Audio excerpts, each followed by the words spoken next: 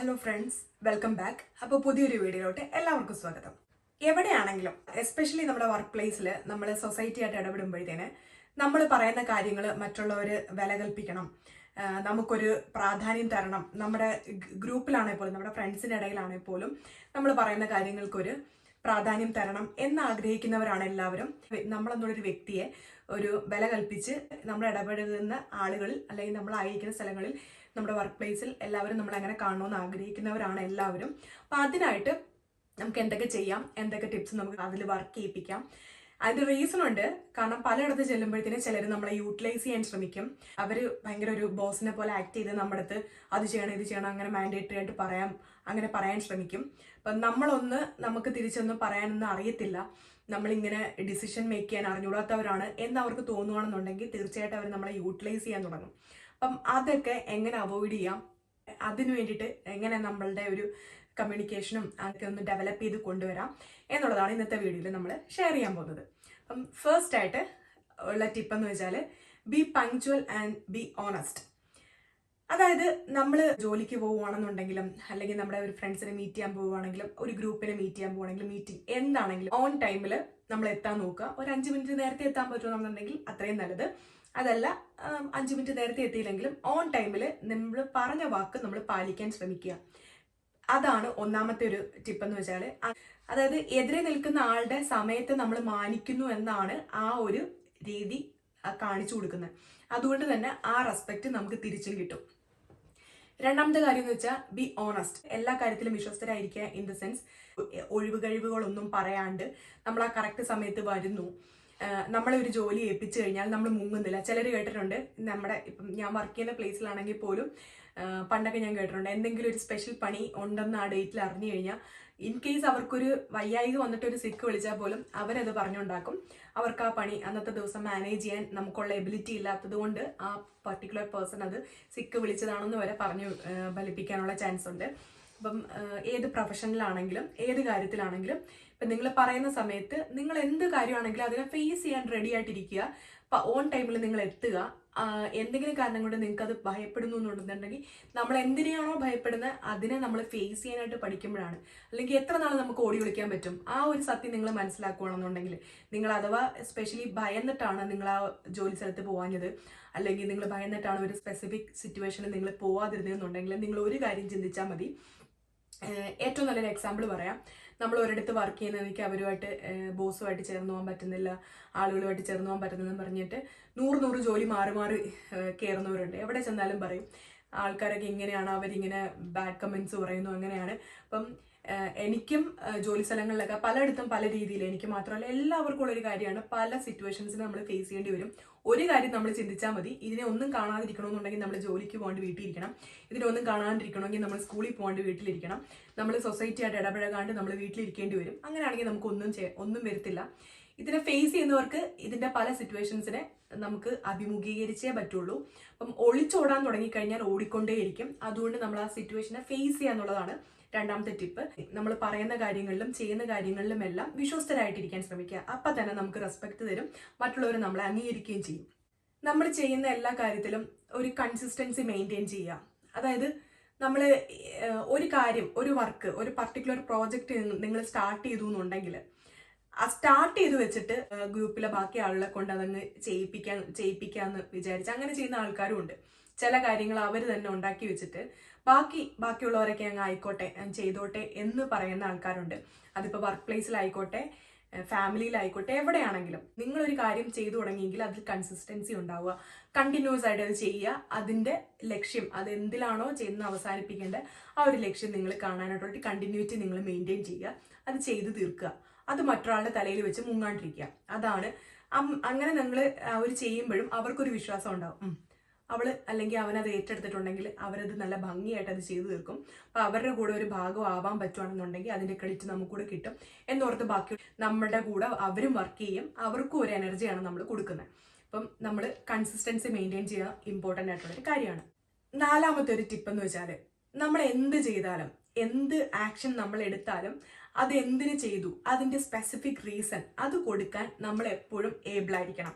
ഇപ്പം in case എൻ്റെ ജോബിലെ കാര്യം പറയുകയാണെന്നുണ്ടെങ്കിൽ ഒരു പർട്ടിക്കുലർ ഒരു എമർജൻസി സിറ്റുവേഷൻ വന്നപ്പം നിങ്ങൾ അതിനെ ഡീൽ ചെയ്തു, അടുത്ത ദിവസം നമ്മൾ ഹാൻഡ് ഓവർ കൊടുക്കുമ്പോൾ നിങ്ങൾ എന്തുകൊണ്ട് അതിങ്ങനെ ചെയ്തു എന്നൊരാൾ ക്വസ്റ്റ്യൻ ചെയ്യും. അതുകൊണ്ട് നിങ്ങൾ എന്ത് കാര്യം ചെയ്താലും അത് ഒരു ഗ്രൂപ്പിൻ്റെ അടുത്ത് പ്രസന്റ് ചെയ്യേണ്ട ഒരു കാര്യമാണ് നിങ്ങൾ ചെയ്തതെന്നുണ്ടെങ്കിൽ എന്തൊക്കെ ക്വസ്റ്റ്യൻസ് അതിൽ അടുത്ത ദിവസം നിങ്ങളിത് പ്രസന്റ് ചെയ്യുമ്പോൾ വരാൻ ചാൻസ് ഉണ്ട് എന്ന് മനസ്സിലാക്കി ആ ക്വസ്റ്റ്യൻസിന് നിങ്ങൾ പ്രിപ്പയർഡ് ആയിരിക്കണം. നിങ്ങൾ എന്തിനു അത് ചെയ്തു എന്നുള്ളൊരു ആൻസർ നിങ്ങൾ കണ്ടെത്തിയിരിക്കണം. ഉറപ്പായിട്ടും നിങ്ങൾ ആ ഡിസിഷൻ മേക്ക് ചെയ്യുമ്പോൾ നിങ്ങൾക്ക് അറിയാലോ നിങ്ങൾ എന്തിനാണ് ഇത് ചെയ്യുന്നതെന്ന്. ആ ഒരു കാര്യം തന്നെ സ്റ്റേൺ ആയിട്ട് അവരുടെ മുഖത്ത് നോക്കി പറയാനുള്ളൊരു എബിലിറ്റി നമ്മൾ ഉണ്ടാക്കണം. നമ്മൾ എന്ത് കാര്യം ചെയ്താലും അത് എന്തിനു ചെയ്തു എന്നുള്ളൊരു റീസൺ ഉണ്ടാക്കി നമ്മൾ നമ്മുടെ കയ്യിൽ തന്നെ വെച്ചിരിക്കുക. ആരെപ്പോൾ ചോദിച്ചാലും അവരെ കണ്ണി നോക്കിയാൽ നമുക്ക് പറയാൻ പറ്റണം.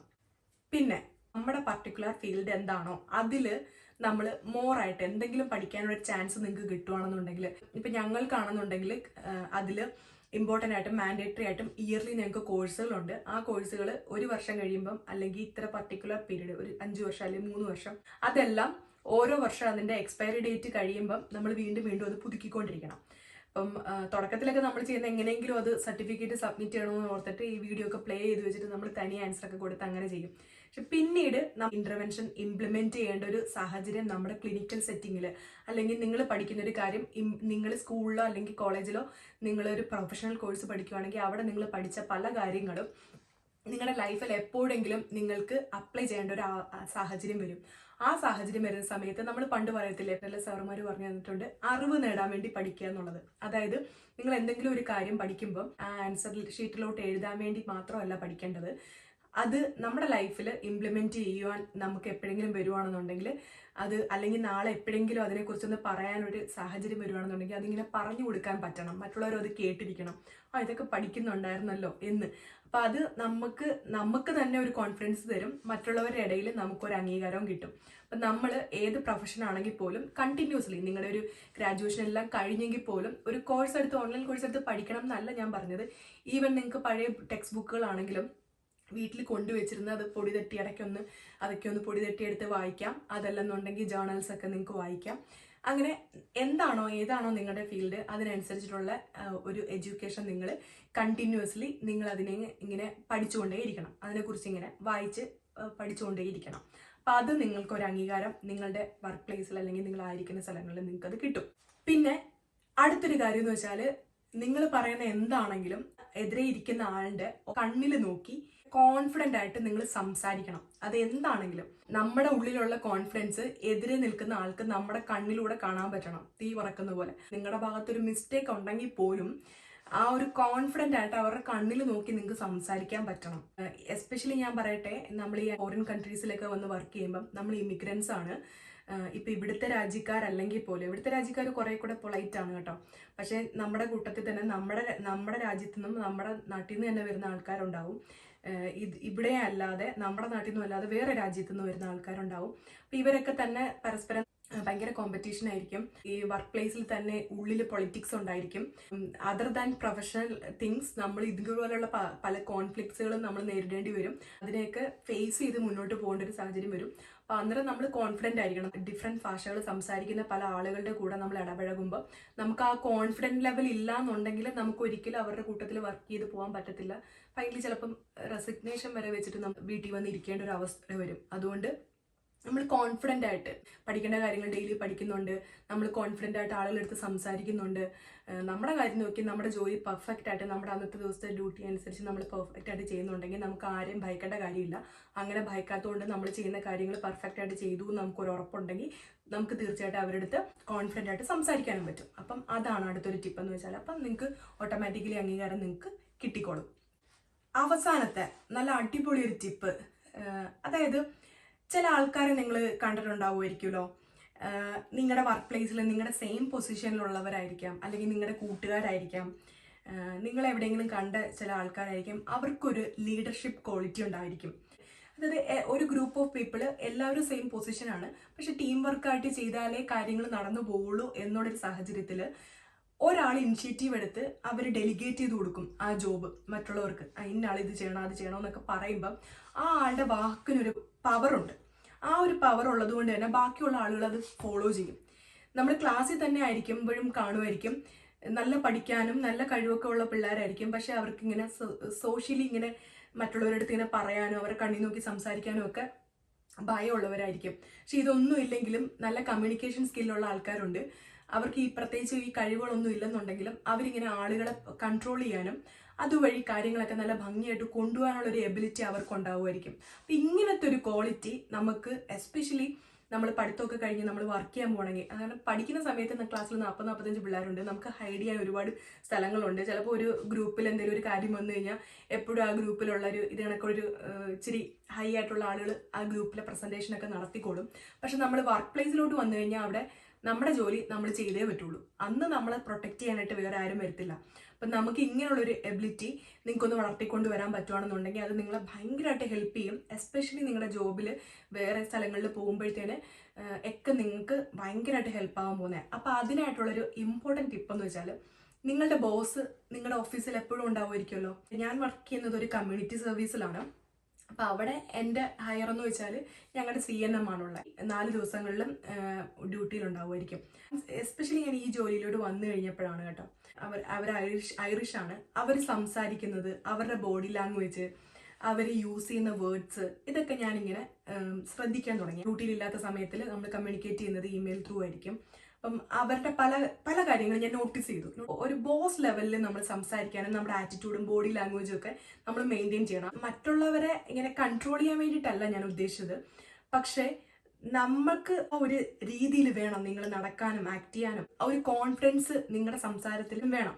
അപ്പം അതിനായിട്ട് ഞാൻ ചില വേർഡ്സ് ഒക്കെ നോട്ടീസ് ചെയ്തു. അതായത് ഇപ്പം ഞാനിപ്പോൾ ഒരു ഇമെയിൽ എന്തെങ്കിലും അയച്ചെങ്കിൽ അതിനൊരു റിപ്ലൈ തരാനായിട്ട് ലേറ്റായി, അല്ലെങ്കിൽ ഞാൻ എന്തെങ്കിലും ഒരു കാര്യം എനിക്ക് എന്തെങ്കിലും പേപ്പർ വേണം, നമുക്കൊരു ഹൈരാർക്കി ഉണ്ടല്ലോ.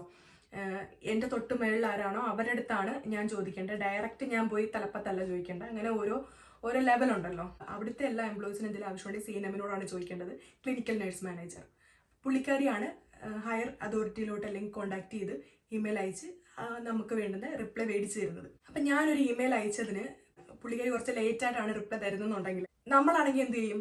സോറി ഫോർ ദ ഡിലേ എന്നായിരിക്കും പറയുന്നത്. ഒരു ബോസ് എങ്ങനെയായിരിക്കും അതിന് റിപ്ലൈ തരുന്നത്? താങ്ക്സ് ഫോർ യുവർ പേഷ്യൻസ്, നിങ്ങൾ വെയിറ്റ് ചെയ്തതിന് നന്ദി എന്നുള്ള രീതിയിൽ അവർ പറയുള്ളൂ.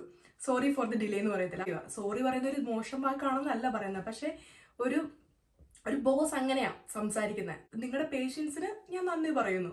ആ സോറി പറയുന്നത് ഒരു സാധാരണക്കാരന്റെ ഭാഷയല്ലേ ശരിക്കും പറഞ്ഞാൽ. നമ്മളെപ്പോലുള്ള സാധാരണക്കാര ആൾക്കാരല്ലേ അങ്ങനത്തെ ഒരു വേർഡ് യൂസ് ചെയ്യുന്നത്. പിന്നെ ഞാൻ എക്സാമ്പിൾ പറയുകയാണെന്നുണ്ടെങ്കിൽ, നമ്മുടെ കൂട്ടത്തിൽ തന്നെ ഒരാളാണെങ്കിലും അവർ ചെയ്യേണ്ട ഒരു ജോലി ആയിരിക്കാം, ചിലപ്പോൾ അവർ മറന്നുപോയിട്ടായിരിക്കാം നമ്മുടെ അടുത്ത് ചെയ്യാൻ പറയുവാണ്. അടുത്തൊരു ഷിഫ്റ്റിലോട്ട് വരുമ്പം നമ്മുടെ അടുത്ത് പറയും ഇതൊന്ന് ചെയ്തേക്കാവോ, എനിക്ക് ചെയ്യാൻ പറ്റിയില്ല. ചിലരാണെങ്കിൽ ചെയ്യാൻ പറ്റിയില്ലെന്നും പറയത്തില്ല, ഇതൊന്ന് ചെയ്തേക്കാവോ എന്ന് പറയും. അപ്പം നമ്മൾ അത് കഴിഞ്ഞിട്ട് നമ്മൾ പറയുന്നുണ്ടോ അവർ ചെയ്യേണ്ട കാര്യമായിരുന്നു, എന്നെ ഏൽപ്പിച്ചിട്ട് നിനക്ക് ചെയ്യാവോന്നും പറഞ്ഞിട്ട് പോയി അങ്ങനെ എന്നൊക്കെ. നമ്മൾ തിരിച്ചാ ഓക്കെ നമ്മൾ ചെയ്തേക്കാം, നമ്മുടെ മനസ്സിൽ ഇഷ്ടമില്ലെങ്കിൽ പോലും നമ്മളത് ചെയ്യും. അപ്പം നമ്മൾ തിരിച്ച് റിപ്ലൈ എന്ത് കൊടുക്കും? നോ പ്രോബ്ലം, നോ വറീസ്, ഇങ്ങനെയൊക്കെ ആയിരിക്കും റിപ്ലൈ കൊടുക്കുന്നത്. അതിന് പകരം നിങ്ങൾക്ക് യൂസ് ചെയ്യാൻ പറ്റുന്ന ഒരു സെന്റൻസ് ആണ് ഓൾവേസ് ഹാപ്പി ടു ഹെൽപ്പ്. അപ്പം അവിടെ ആ നിങ്ങളോട് പർട്ടിക്കുലർ കാര്യം ചെയ്യാൻ വന്ന ആളൊരു ഫീൽ ഉണ്ടാക്കുവാണ്, ആ ആളെ ഞാൻ ഹെൽപ്പ് ചെയ്യുകയാണ്, അങ്ങനെ തന്നെ പറയണം. അല്ലെന്നുണ്ടെങ്കിൽ ആള് നമ്മളെ കൊണ്ട് പറഞ്ഞ് ചെയ്യിപ്പിക്കുന്ന ഒരു ഫീലാണ് അവർക്ക് കിട്ടുന്നത്.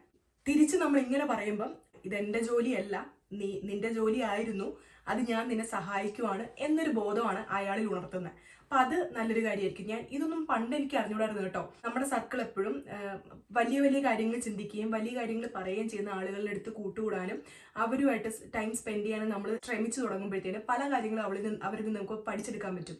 ഇതൊക്കെ ലൈഫിലൊന്ന് പ്രാവർത്തികമാക്കി തുടങ്ങിയപ്പോഴത്തേനും വലിയ വലിയ മാജിക് എനിക്ക് തന്നെ ഫീൽ ചെയ്ത് തുടങ്ങി. അതായിരുന്നു അടുത്തൊരു സെന്റൻസ് എന്ന് വെച്ചാൽ ഓൾവേസ് ഹാപ്പി ടു ഹെൽപ്പ് എന്ന് പറയുമ്പോൾ അവരുടെ മനസ്സിൽ അവൻ ചെയ്യേണ്ടിയിരുന്നൊരു ജോലി ഞാൻ ചെയ്തു കൊടുത്തു, ഞാനത് സഹായിച്ചു എന്നുള്ളൊരു ബോധം അവരുടെ ഉള്ളിൽ ഉണരും. അതല്ലെന്നുണ്ടെങ്കിൽ എന്താ നോ പ്രോബ്ലം, നോ വറീസ് എന്നൊക്കെ പറയുമ്പം അവർ ചിന്തിക്കുന്ന അവർ പറഞ്ഞ് നമ്മളെ കൊണ്ട് ചെയ്യിപ്പിച്ച പോലെ. അപ്പം ആ ഒരിത് അവിടെ മാറി കിട്ടുക ചെയ്യുന്നത്. പിന്നെ അതുപോലെ നമ്മൾ എന്തെങ്കിലും ഒരു ഹാൻഡ് ഓവർ ഒക്കെ കൊടുക്കുന്ന സമയത്ത് നമ്മളെല്ലാം പറഞ്ഞ് ഹാൻഡ് ഓവർ ഒക്കെ കൊടുത്തതിന് ശേഷം നമ്മൾ പറയണം ഹോപ്പ്ഫുള്ളി ദാറ്റ് മേക്ക് സെൻസ് എന്ന് നമ്മൾ പറയുകയാണെന്നുണ്ടെങ്കിൽ, അതായത് എനിക്ക് തോന്നുന്നു നിങ്ങൾക്കത് മനസ്സിലായി എന്ന് നമ്മൾ പറയുന്നതിനേക്കാളും അവരോട് പറയുക let me know if you have any questions. അപ്പൊ ബോസ് എപ്പോഴും ഇങ്ങനെ സംസാരിക്കുള്ളൂ, ഹോപ്പ്ഫുള്ളി ദാറ്റ് മേക്ക് സെൻസ് ഇങ്ങനെയുള്ളൊരു സെന്റൻസ് നമ്മൾ നോർമൽ ആളുകളാണ് പറയുന്നത്. പക്ഷേ ബോസുമാര് എല്ലാം നമ്മൾ പറഞ്ഞു കഴിയുമ്പോൾ അവരിങ്ങനെയല്ലേ പറയുന്നത്, ഫൈനലി അവർ അങ്ങനെ ചോദിക്കുന്നത് നിങ്ങൾക്ക് എന്തെങ്കിലും ക്വസ്റ്റ്യൻസ് ഉണ്ടോ എന്നല്ലേ അവർ ചോദിക്കുന്നത്. അപ്പം അത് നിങ്ങളുടെ കോൺവെർസേഷനിലും നിങ്ങൾ കൊണ്ടുവരിക എന്നുണ്ടെങ്കിൽ അത് നിങ്ങൾക്ക് കേൾക്കുമ്പോൾ സിമ്പിളായിട്ട് തോന്നും, പക്ഷെ അതൊക്കെ ഭയങ്കര നല്ലൊരു മാറ്റം വരുത്തുന്ന ഒരു കാര്യമായിരിക്കും. അല്ലാതെ പിന്നെ വേറെ എക്സാമ്പിൾ പറയാനാണെങ്കിൽ, എന്തെങ്കിലും ഒരു കാര്യം നിങ്ങൾ മറന്നുപോയി, വേറൊരാളാണ് നിങ്ങളുടെ നിങ്ങളത് ചെയ്യേണ്ടതായിരുന്നു, അത് ചെയ്തില്ല എന്നൊരു കാര്യം നിങ്ങൾ ഓർമ്മിപ്പിച്ച് തരുവാണെന്നുണ്ടെങ്കിൽ നിങ്ങൾ തിരിച്ചെന്തുമായിരിക്കും പറയുന്നത്? Sorry, I totally missed it. അപ്പൊ അതിനർത്ഥം നിങ്ങളൊരു അപ്പോളജി പറയുന്ന പോലെ നിങ്ങൾ തിരിച്ചു പറയുന്നത്. അതിന് പകരം നമുക്ക് എന്ത് യൂസ് ചെയ്യാം? Thanks for letting me know, എന്നെ അത് അറിയിച്ചതിന് നന്ദി എന്ന് പറയുന്നതും, ഓ സോറി ഞാനത് കംപ്ലീറ്റ്ലി മറന്നുപോയി കേട്ടോ എന്ന് പറയുന്നത് ഡിഫറെന്റ് അല്ലേ? ഇപ്പൊ നമ്മുടെ ഒരു തെറ്റാണെങ്കിൽ പോലും അവിടെ നമ്മൾ അക്സെപ്റ്റ് ചെയ്തു, ഞാനത് മറന്നുപോയതാണെന്ന് നമ്മൾ അക്സെപ്റ്റ് ചെയ്യൂ. Thanks for letting me know എന്ന് പറയുമ്പോഴത്തേന്, ഐ ടോട്ടലി മിസ്ഡ് ഇറ്റ് എന്ന് വെച്ചാൽ ഞാനത് മറന്നുപോയി എന്നുള്ളൊരിത്, നമുക്കൊരു നെഗറ്റീവ് ഇത് നമ്മുടെ ഉള്ളിലും കയറി കേൾക്കുന്ന ആളുടെ ഉള്ളിലും അത് കയറുകയോ ചെയ്യുന്നത്. നേരെ മറിച്ച് നമ്മുടെ സംസാരത്തിലും ഒക്കെ നമ്മളെന്നാ അക്സെപ്റ്റ് ചെയ്തു, എന്നാൽ റൂഡല്ലാത്ത രീതിയിൽ പൊളൈറ്റ് ആയിട്ടാണ് നമ്മൾ സംസാരിച്ചത്. അങ്ങനെ ചെറിയ ചെറിയ കാര്യങ്ങളിലൊക്കെ നമ്മൾ ശ്രദ്ധിക്കുകയാണെന്നുണ്ടെങ്കിൽ നമുക്ക് കൂടുതൽ ഒരു അംഗീകാരം നമ്മുടെ സംസാരത്തിലും, ഇനി ചുമ്മാ വളവളാന്ന് എന്തെങ്കിലുമൊക്കെ പറഞ്ഞിങ്ങനെ അങ്ങനെയൊക്കെ പോകുന്നതിനേക്കാളും നമ്മൾ നമ്മുടെ ഒരു ഡിഗ്നിറ്റി നമ്മൾ മെയിൻറ്റെയിൻ ചെയ്യണം. അത് നമുക്ക് ആയിരിക്കുന്ന സ്ഥലങ്ങളിൽ, എസ്പെഷ്യലി വർക്ക് പ്ലേസിൽ നമുക്കൊരു അംഗീകാരവും മറ്റുള്ളവർ നമ്മളെ വില കൽപ്പിക്കാനും ഒക്കെ അത് ഹെൽപ്പ് ചെയ്യും. പിന്നെ വേറൊരു കാര്യം എന്ന് വെച്ചാൽ, നിങ്ങൾ നിങ്ങളുടേതായ ഒരു സ്റ്റൈൽ വർക്ക് പ്ലേസിൽ നിങ്ങളുടേതായ ഒരു സ്റ്റൈൽ നിങ്ങൾ മെയിൻറ്റെയിൻ ചെയ്യാനായിട്ട് ശ്രമിക്കുക. ഞാനൊരു കമ്മ്യൂണിറ്റി സർവീസിലാണ് വർക്ക് ചെയ്യുന്നത്. അവിടെ ഞങ്ങൾക്ക് ഇന്ന ഡ്രസ്സ് അങ്ങനെയൊന്നുമില്ല, ഞങ്ങൾക്ക് കളർ ഡ്രസ്സ് ഇട്ട് തന്നെ പോവാം. കമ്മ്യൂണിറ്റി സർവീസിലെ നേഴ്സാണ് ഞാൻ. എൻ്റെ കൂടെ വർക്ക് ചെയ്യുന്നവരാണെന്നുണ്ടെങ്കിൽ പലതരത്തിലുള്ള ഡ്രസ്സ് ഇട്ട് വരും, മുടിയൊക്കെ അഴിച്ചിട്ട് ഓപ്പൺ ഹെയറിലും പോവാം. അതിനൊന്നും ഒരു ഇഷ്യൂ ഇല്ല കേട്ടോ. അവിടെ ഞാൻ വീട്ടിലായിരിക്കുമ്പോൾ അല്ലെങ്കിൽ പുറത്ത് എൻ്റെ ഫാമിലി ആയിട്ട് പോകുമ്പോൾ മാത്രമാണ് ഞാൻ ഓപ്പൺ ഹെയറിൽ പോകാറുള്ളൂ, മുടി അഴിച്ചിട്ട് അല്ലെങ്കിൽ സ്ട്രൈറ്റനൊക്കെ ചെയ്ത്. ഞാൻ വർക്ക് പ്ലേസിൽ പോകുമ്പം എപ്പോഴും എനിക്കിടാൻ വർക്ക് പ്ലേസിൽ അനുയോജ്യമായ കുറച്ച് ഡ്രസ്സുകൾ ഞാൻ മാറ്റി വെച്ചിട്ടുണ്ട്. അങ്ങനത്തെ ഡ്രസ്സ് ഇട്ട് മാത്രമേ ഞാൻ ഡ്യൂട്ടിക്ക് പോവുള്ളൂ. വർക്ക് പ്ലേസിൽ ഇടാൻ വേണ്ടിയിട്ട് ആ പ്രോപ്പർ വേയിലുള്ളൊരു ഷൂ ഞാൻ വാങ്ങി വെച്ചിട്ടുണ്ട്. ആ ഷൂ ഇട്ടിട്ടാണ് ഞാൻ ഡ്യൂട്ടിക്ക് പോകുന്നത്. പിന്നെ ഓപ്പൺ ഹെയറിൽ മുടി അഴിച്ചിട്ട് ഞാൻ ഒരിക്കലും ഡ്യൂട്ടിക്ക് പോകാറില്ല. അത് എൻ്റെ രീതിയാണ്. ഇപ്പം നമ്മളെ വർക്ക് പ്ലേസിൽ ഇപ്പം നിങ്ങൾക്ക് ഈവൻ കളർ ഡ്രസ് ഇട്ട് പോകാമെന്നുണ്ടെങ്കിൽ പോലും വർക്ക് പ്ലേസിൽ ഈ റെസ്പെക്റ്റ് കിട്ടുന്ന രീതിയിലുള്ള ഡ്രസ്സൊക്കെ ധരിച്ച് അതുപോലുള്ള ഓർണമെന്റ്സോ മാക്സിമം വർക്ക് പ്ലേസിൽ ഞങ്ങളെ പോലുള്ള വർക്ക്, ഇപ്പോൾ ഒരു ബ്യൂട്ടി പാർലറിലോ അവിടെ ഇവിടെയൊക്കെ വർക്ക് ചെയ്യുന്നവർക്ക് അവരുടെ പ്രൊഫഷന് യോജിച്ച രീതിയിലുള്ള ഡ്രസ്സ് ഇട്ട് അങ്ങനെയൊക്കെ പോവാം. ഇപ്പം നമ്മൾ എയർ ഹോസ്റ്റസിനെ കണ്ടിട്ടില്ലേ, അവരുടെ ഡ്രസ്സും അവരുടെ ഗ്രൂമിങ്ങും ഒക്കെ കണ്ടിട്ടില്ലേ? അവർ ഭയങ്കര അടിപൊളിയായിട്ടല്ലേ വരുന്നത്. അവരുടെ കയ്യിലൊക്കെ ഒരു ഹെയർ പോലും ഉണ്ടാവത്തില്ല, അനാവശ്യമായിട്ടുള്ള ഓർണമെന്റ്സ് അവർ ധരിക്കാറില്ല. അതൊരു ഡിഗ്നിറ്റിയാണ്. അതുപോലെ വേണം നമ്മുടെ വർക്ക് പ്ലേസിൽ നമ്മൾ പോകാൻ വേണ്ടിയിട്ട്. അപ്പം അതും നമുക്ക് മറ്റുള്ളവരുടെ ഇടയിൽ ഫോൾസ് ആണോ ട്രൂ ആണോ അത് നമ്മുടെ ഉള്ളിലിരിക്കുന്ന കാര്യമാണ്. പക്ഷെ കാണുന്ന ആളുകളുടെ മൈൻഡിൽ ഇവരൊരു സ്പെഷ്യൽ ഒരു പേഴ്സൺ ആണ് എന്നൊരു ഫീല് കൊണ്ടുവരാൻ വേണ്ടിയിട്ട് അത് ഹെൽപ്പ് ചെയ്യുകയും ചെയ്യും. പേഴ്സണൽ റിലേഷൻഷിപ്പും പ്രൊഫഷണൽ റിലേഷൻഷിപ്പും തമ്മിൽ ഒരിക്കലും മിക്സപ്പ് ആവരുത്. പറ്റുന്നുണ്ടെങ്കിൽ നിങ്ങൾ പുതിയതായിട്ടൊരു വർക്ക് പ്ലേസിൽ പോയി പുതിയ കൊളീഗ്സ് ആണ് എല്ലാവരും എന്നുണ്ടെങ്കിൽ അവരുമായിട്ടൊരു പ്രൊഫഷണൽ റിലേഷൻഷിപ്പ് മാത്രം മെയിൻറ്റെയിൻ ചെയ്യുക, പേഴ്സണൽ റിലേഷൻഷിപ്പ് അവോയ്ഡ് ചെയ്യുക. എൻ്റെ വർക്ക് പ്ലേസിൽ ഒരിക്കലും എനിക്കൊരു പേഴ്സണൽ റിലേഷൻഷിപ്പ് ഇല്ല. ഒരു നോർമൽ റിലേഷൻഷിപ്പിൽ ആരുമായിട്ടും വഴക്കില്ല, കാണുന്നു, ഡ്യൂട്ടി ചെയ്യുന്നു, പോകുന്നു, വരുന്നു. അതിനപ്പുറത്തോട്ട് വർക്ക് പ്ലേസിൽ ഒരിക്കലും എനിക്കൊരു ബെസ്റ്റ് ഫ്രണ്ടിനെയോ ഒരു ഫ്രണ്ടിനെയോ ഉണ്ടാക്കരുത് എന്നുള്ളത് എൻ്റെ ഒരു റൂളാണ്. ഞാനതൊന്നും ഉണ്ടാക്കിയിട്ടില്ല.